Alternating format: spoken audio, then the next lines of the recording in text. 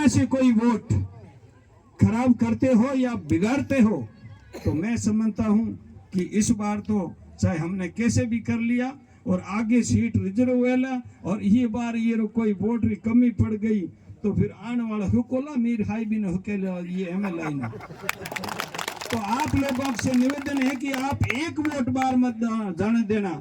हम तो जाटों से भी ये मैंने उस समय कहा था, काफी एक बात को 10-10 बार रिपीट किया था कि इस गरीब आदमी को खाड़ी में मत उतारना। ये फतेहगंज गुट पास में बैठा था और आप लोगों इनको अगर लाए हो तो आपका समाज अगर के जाट समाज का एक भी आदमी खिलाफ जाएगा तो मैं थाना में खमा खमा एड़ा करिए याद करिए पूर्जी शायद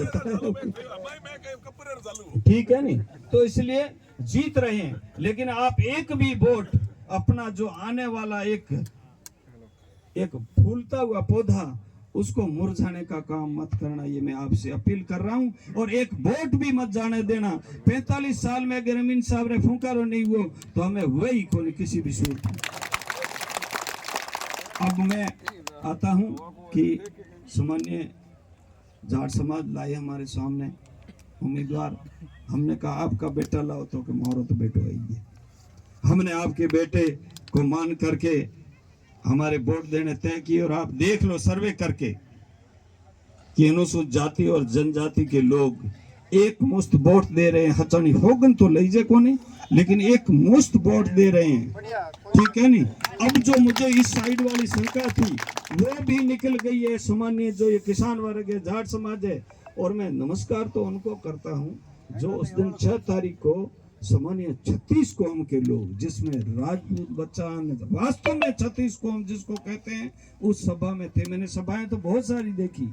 जो संख्या इस शिव मुख्यालय पर पहली बार नामांकन की भी उतनी संख्या कभी राजनीतिक मान्यता प्राप्त दलों के उम्मीदवार की भी नहीं हुई।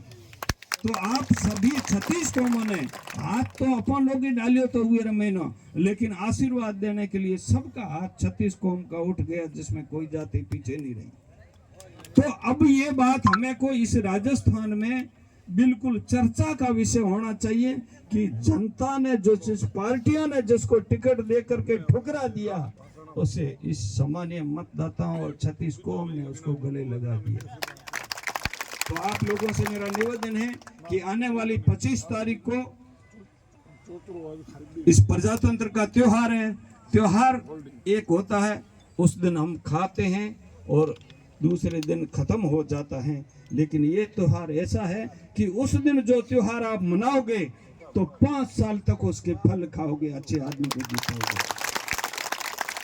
इसलिए मेरा निवेदन है कि आने वाली 25 तारीख को आपको अर्जुन को जिस प्रकार से मछली की आंख दिखती थी उसी प्रकार आपको अलमारी का निशान और आगे वाला बटन ही दिखना चाहिए। यही हमारा संकल्प होना चाहिए।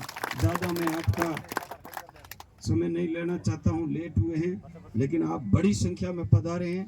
आपने विनम्र तरीके से हम लोगों को लंबे लंबे भाषण झेले हैं, उसके लिए बहुत बहुत धन्यवाद। जय भीम, जय भारत, वीर तेजाजी महाराज की जय हो, रामसा पीर की इस पावन धरा को नमस्कार। पुनः मैं शहीद को नमस्कार करते हुए मेरी बात को समाप्त करता हूँ। धन्यवाद।